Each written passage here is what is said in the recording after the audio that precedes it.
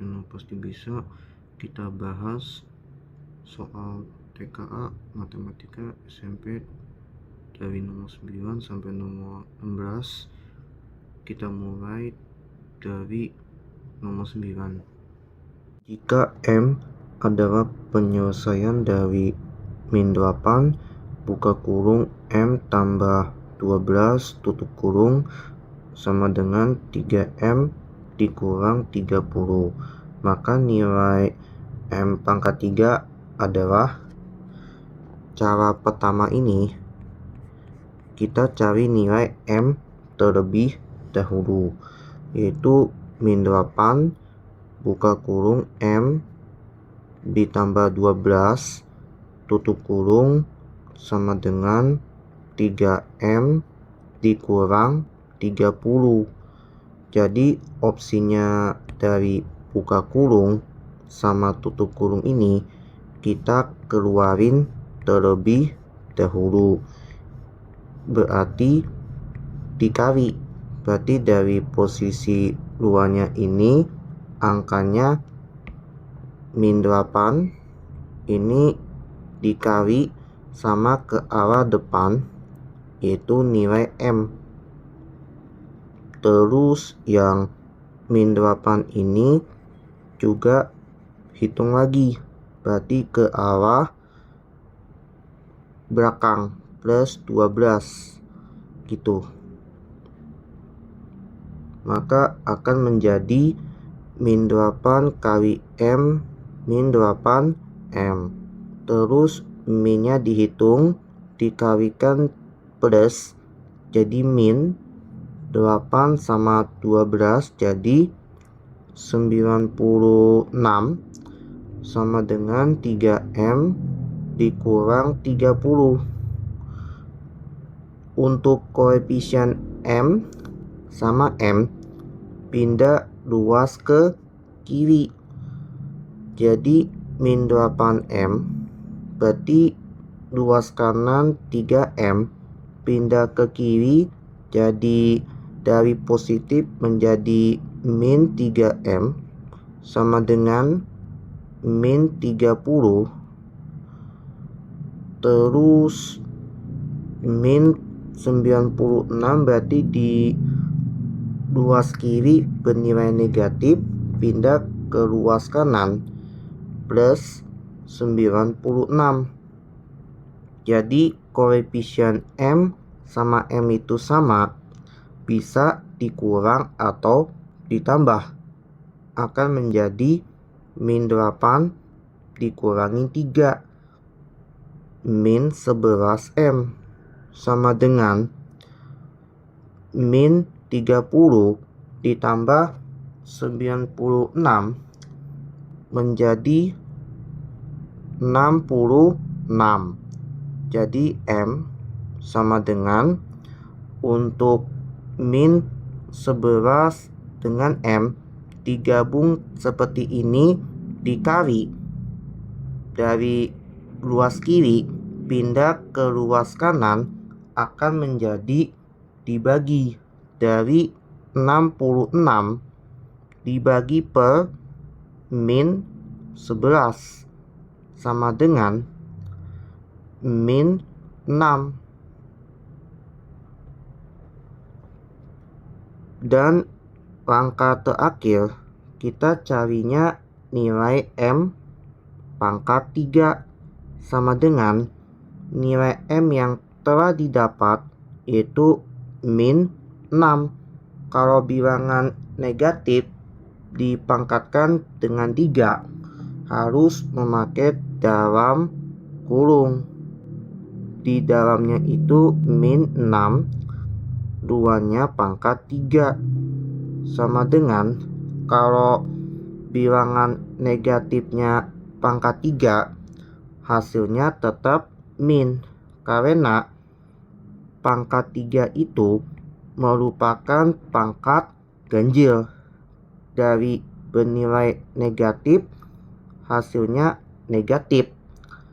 Untuk 6 pangkat 3 menjadi 216. Oleh Karena itu, jawaban adalah yang C. Lanjut nomor 10. Diketahui fungsi G memenuhi G dari 3x tambah 2 sama dengan 9x dikurang 16. Nilai dari G0 adalah, masukin langkah pertama, yaitu G dari 3x ditambah 2 tutup kurung sama dengan 9x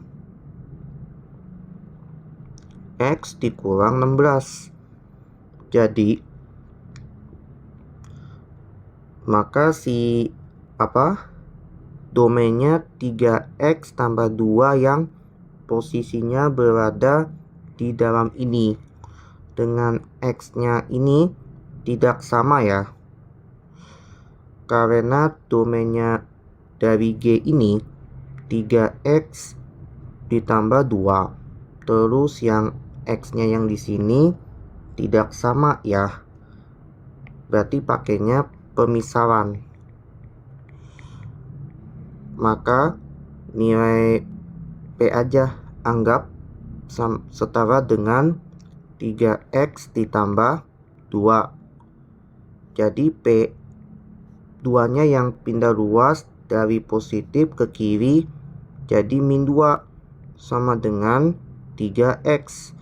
Maka x-nya yang kita ubah nih sama dengan P min 2, 3-nya kan dikali pindah ruas jadi per 3 gitu.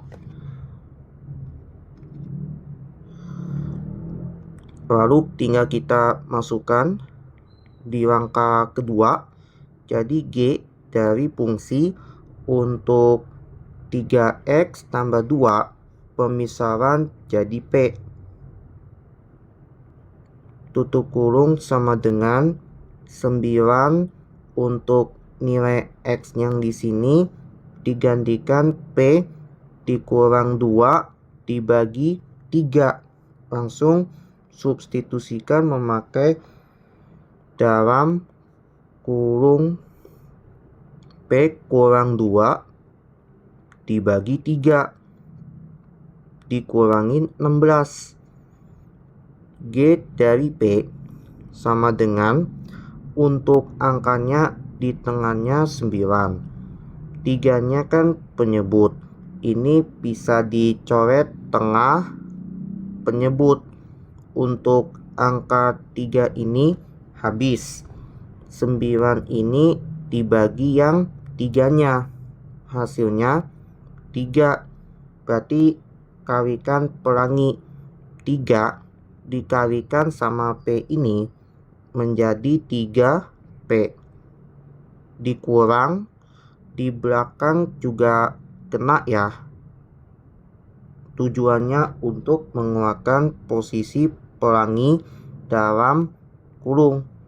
Jadi 3 dikalikan dengan min 2 menjadi min 6 dikurang 16. Jadi G dari P sama dengan 3P untuk angkanya min 6 dikurang 16 min 22. Hasil akhirnya menjadi G kembali ke domainnya itu X sama dengan 3X ya, P-nya kembalikan X ya, sesuaikan ini P-nya X sama X dikurang 22. Dan langkah terakhir kita cari nilai dari G domainnya 0. Berarti fungsi G dari untuk nilai X-nya yang ini gantikan dengan 0 sama dengan 3. Karena 3 sama X digabung artinya dikali, berarti kalikan X-nya itu domainnya 0 dikurang 22. Jadi 3 kalau dikalikan 0, jadi hilangin aja. Maka hasilnya menjadi min 22. Oleh karena itu, jawaban adalah yang A. Kita lanjut nomor 11. Persamaan garis yang mempunyai gradien 3/4 dan memotong sumbu Y pada koordinat 0,2 adalah. Jadi rumus PGR ya. Jadi rumusnya itu adalah Y. Langkah pertama kita masukkan sama dengan MX ditambah C. Ini rumus umum dari PGL. Jadi tinggal dimasukkan nilai Y sama dengan, kalau artinya disebut gradien bernilai M. M-nya itu menjadi 3/4X ditambah C. Terus ada kata langkah yang kedua, anggap aja memotong sumbu Y ya. Memotong sumbu Y ini, sumbu X pasti bernilai 0.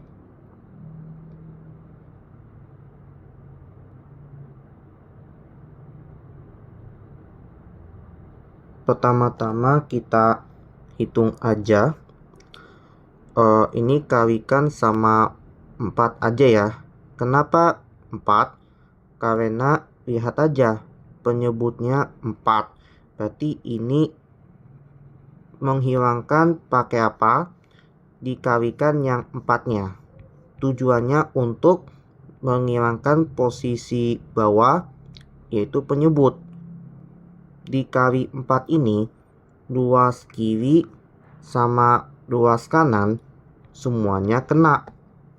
Jadi Y dikalikan 4 akan menjadi 4Y sama dengan, untuk 4-nya penyebut, 4-nya kali dicoret, akan menjadi 3X ditambah C. Terus kita masukkan langkah kedua, artinya memotong sumbu Y ini, di X-nya harus bernilai 0.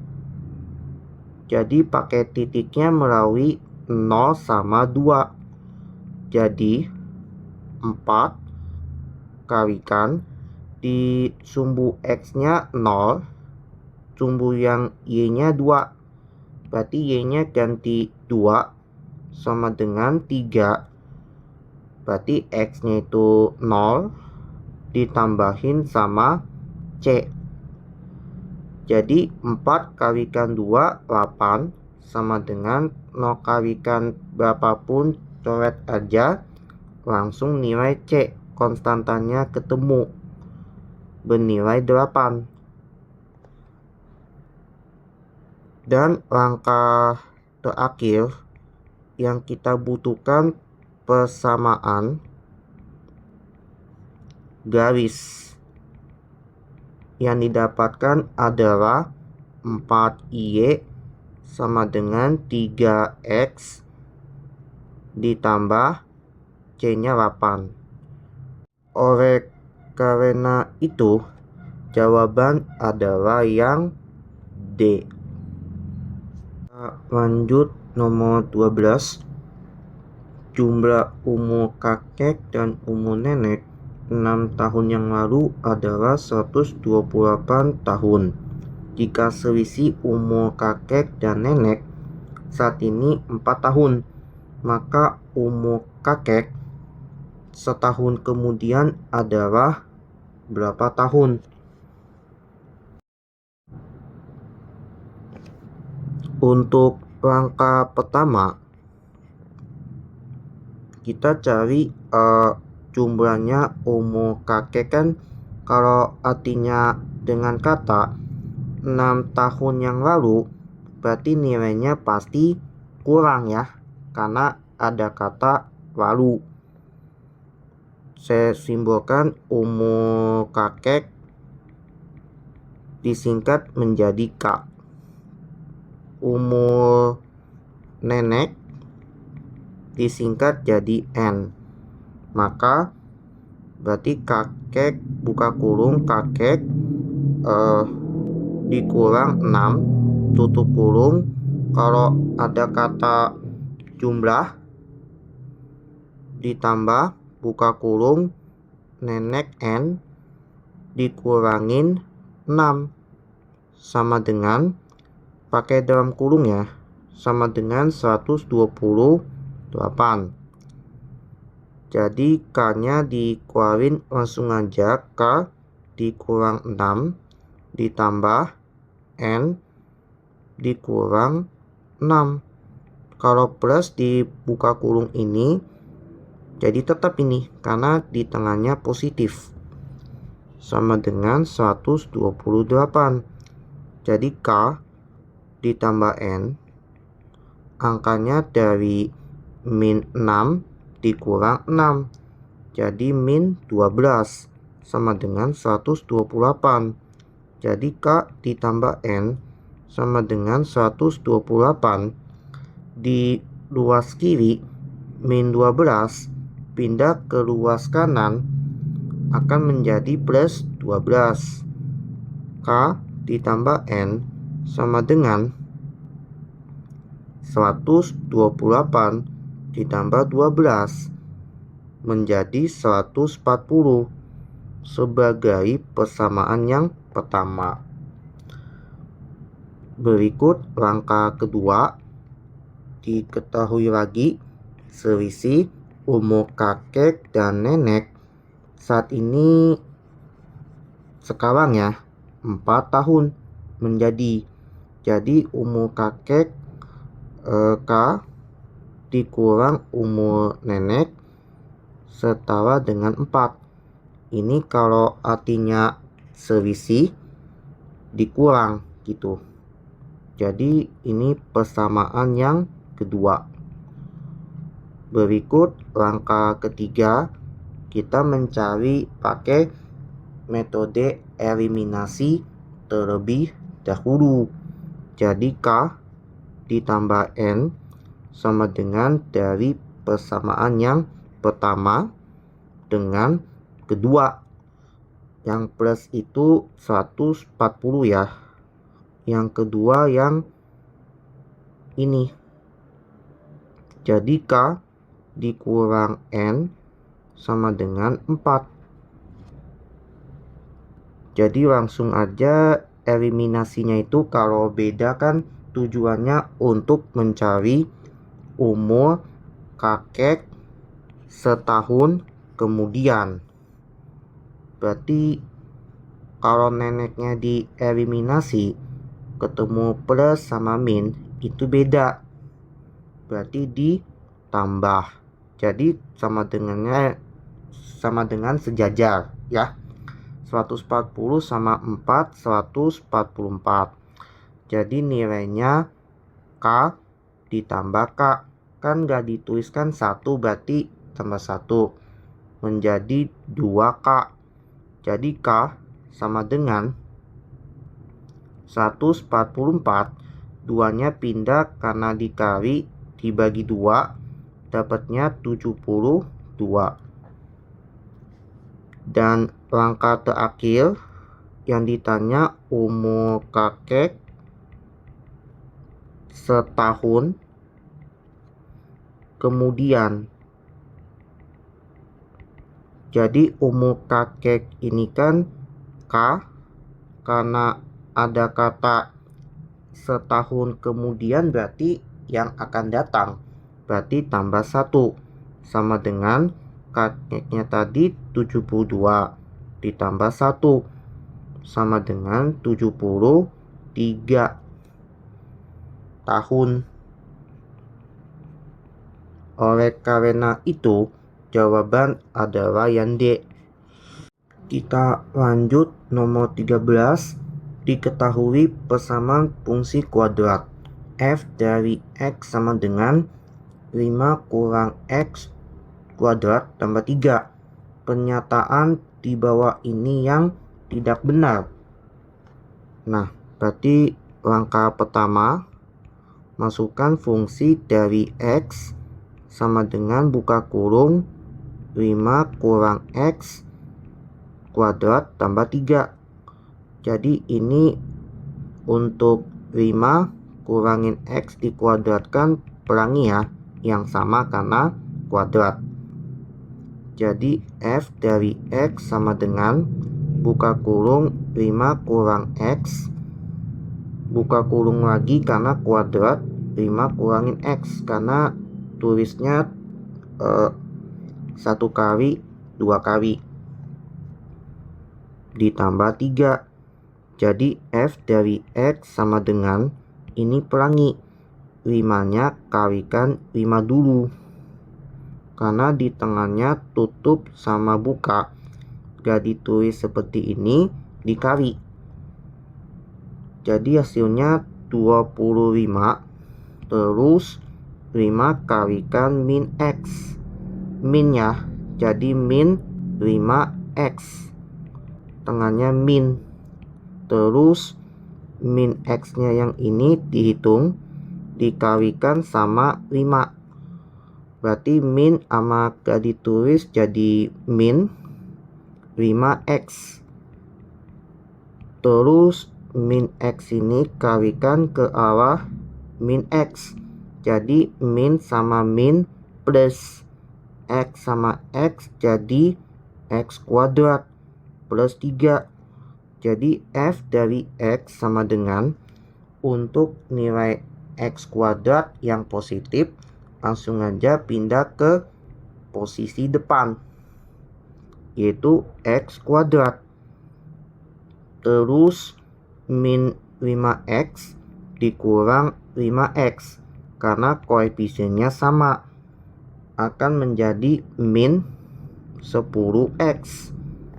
Terus dari 25 ditambah 3 akan menjadi plus 28. Berikutnya apa? Langkah kedua.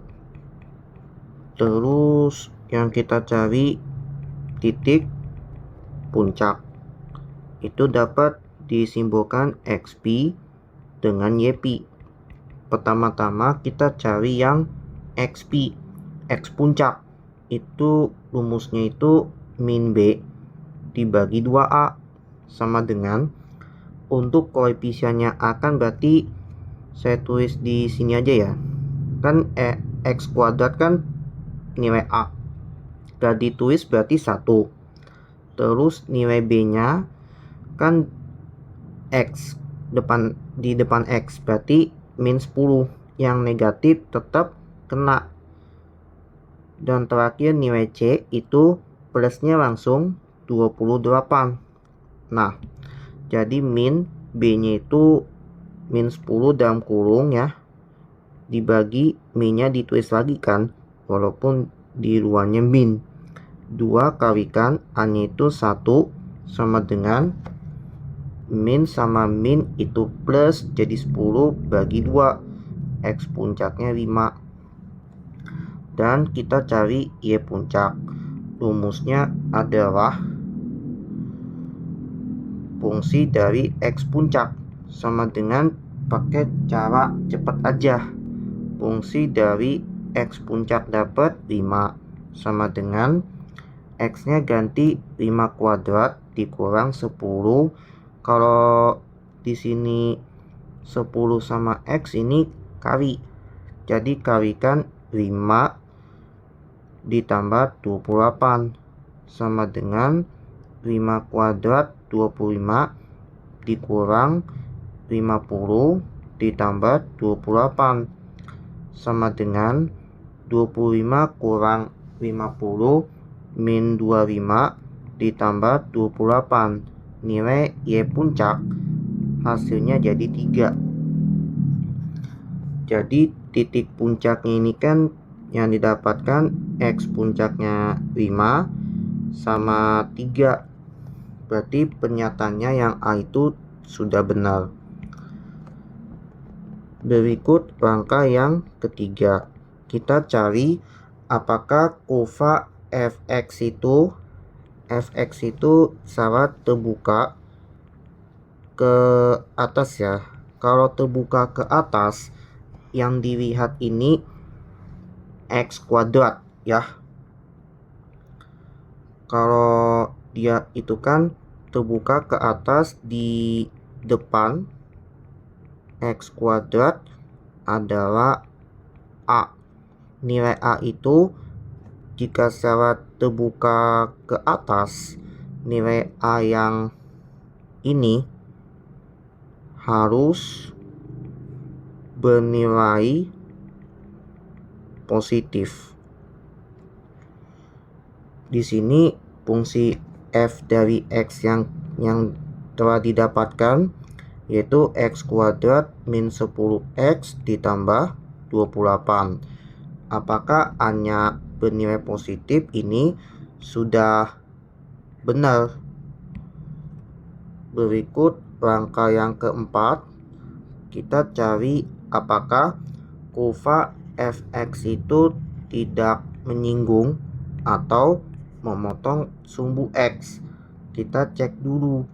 Kalau artinya memotong sumbu x, ini anggapnya bernilai y itu sama dengan 0. Jadi y itu setara dengan fungsi dari x. Jadi nyatakan fungsi dari x itu menjadi x kuadrat min 10x ditambah 28 itu sama dengan 0. Jadi lihat aja dari konstantanya plus 28. Kalau 28 kan berarti kalau hasilnya plus itu kan kalikan jumlahnya min, itu bisa min sama min gitu. Kalau misalkan 28 kan berarti min 7 min 4 sama aja. Terus min 2 sama min 14 ya. Apakah min 7 min 4 setara min 10? Enggak ya. Ini min 7 sama min 4 kan min 11. Min 12 min 14 jadi min 16 gitu. Apakah setara dengan min 10? Berarti gak ada ya. Berarti kalau artinya tidak sama ya. Kalau tidak ada yang sama nilai si x nya ini, maka fungsi dari x tidak menyinggung. Ini pernyataannya sudah tepat. Dan terakhir, apakah kurva dari fx itu memotong? Kalau memotong sumbu y itu berarti x bernilai 0. Kita langsung masukkan fungsi dari fx yang telah didapat. X-nya ini ganti 0. Sama dengan x-nya itu 0 kuadrat dikurang 10 kalikan 0. X-nya ini ditambah 28. 0 sama 0 coret aja. Maka fungsi dari 0 itu sama dengan 28. Maka koordinat yang didapatkan memotong sumbu y dari 0 sama 28. Apakah hasilnya 27? Ini salah. Oleh karena itu, jawaban adalah yang D. Baik, kita lanjut ke nomor 14. Perhatikan gambar di bawah ini. Jadi, gambar ini menunjukkan sebagai hubungan antara dua sudut. jika garisnya dari A ke titik B ini sejajar dengan dari C ke D. Panjang dari E ke G ini akan sama F ke G. Terus panjangnya dari G ke H akan setara dari G ke I. Dan besar sudutnya itu dari E ke tengahnya G menembus ke F itu sebesar 50 derajat. Maka besar sudut dari G menembus ke arah I ke arah D ya. Ini yang kita tanya ya. Jadi caranya gini. Kan di sini sudut dari E ke G ke F kan 50 derajat. 50 derajatnya dari EG, 50-nya di sini ya. Tapi panjangnya dari E sama F itu akan sama. Jadi panjangnya F ke F itu akan sama. Berarti otomatis ini X sama X. Maka karena menunjukkan gambaran ini, sudut E akan sama sudut F. Maka nilainya yang kita cari ini kan dari segitiga EGF ya. Berarti disuruh ditentuin segitiga EGF. Rumusnya kan total segitiganya itu 180 derajat ya. EGF itu dari sudut E ditambah sudut F ditambah sudut G sama dengan 180 derajat. Jadi sudut E sama sudut F ini akan setara dengan nilai X. Jadi X ditambah sudut F jadi X ditambah sudut G 50 derajat sama dengan 180 derajat. Maka si X tambah X jadi 2X sama dengan 180 derajat. Terus luas kirinya 50 derajat positif, pindah ke kanan jadi min 50 derajat. 2X sama dengan 130, maka nilai X sebesar 65 derajat. Sedangkan ini khusus sudut GH, panjangnya GH sama GI ya. Berarti yang sama itu kesamaannya apa? Sudut G sama sudut G ya. Karena H sama I itu akan sama ya. Anggap aja nilai N. Tapi sudutnya dari EGF kan 50. Tapi yang kita cari dari G ke I menembus ke arah D ya. Jadi caranya kan sudut satu putaran ini dari G ini satu putaran 360 derajat gitu ya. Tujuannya kita cari sudutnya yang berpelurus ini ya. Yang kanan ini berpelurusnya. Jadi kalau 50 derajat di sini 130 derajat.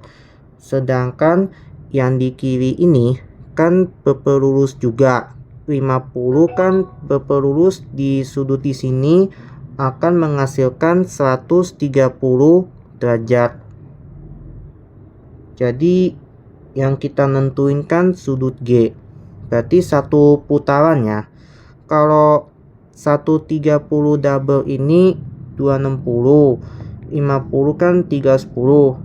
Dari 360 di sini otomatis 50 derajat juga. Jadi langsung kita cari anggap aja sudut H sama dengan sudut I itu anggaplah sama bernilai N gitu. Dilihatnya dari panjang GH sama GI. Maka G-nya 50, maka sudut H, sudut I bernilai sama, anggap bernilai N. Jadi yang dibutuhkan segitiganya itu panjangnya GHI 180 derajat. Jadi hitungnya sudut G ditambah sudut H ditambah sudut I sama dengan 180 derajat. Sudut G-nya kan 50 derajat. Ditambah N ditambah N sama dengan 180 derajat. 2N ya sama dengan 180 dikurang 50 derajat. Jadi N sama dengan 130 derajat dibagi 2 sama dengan 65 derajat. Sama ya sudut I-nya ya. Tapi yang kita tanya apa? Sudutnya dari G menembus ke arah I ke arah D. Ini tumpul ya. Jadi kita nentuin apa? Sudutnya yang I. Sudut I itu kan sebenarnya berpelurus ya. Dari sudutnya G ke I ke H. Ditotalkan ditambah sudut dari G ID ya. I-nya kan yang bawah. Yang tegak lurus itu berpelurus. 180 derajat sama dengan sudut dari GI ke H kan dalam. N-nya itu dapat 65 ya. 65 derajat ditambah sudut GID. Jadi sudut GID sama dengan 180 derajat dikurang 65 derajat. Hasilnya 115 derajat. Oleh karena itu jawaban adalah yang C. Baik, kita lanjut ke nomor 15 ya. Jadi yang ditanya langkah pertama ya, misalkan gambar ini kan bangun data gabungan. Yang ditanya keliling dan luas bangun gitu. Langkah pertama kita cari keliling kedua bangun ya. Keliling kedua bangun. Kalau cari keliling kedua bangun berarti hanya sisi luar saja gitu. Jadi gimana perhitungannya? Yang di luar itu 24 ya. Luarnya ini 7, di sini 7 karena sejajar itu kan dari ini ke sini.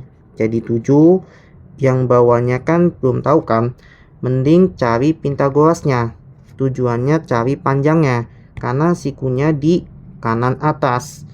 Langsung aja akal 24 kuadrat kalau cari miring tambah 7 kuadrat.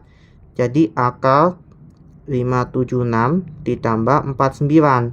Jadi akal 625 menjadi 25. Maka panjangnya dapat 25. Jadi 24 tambahin 7. Yang luar aja 7. Ditambahin lagi 7.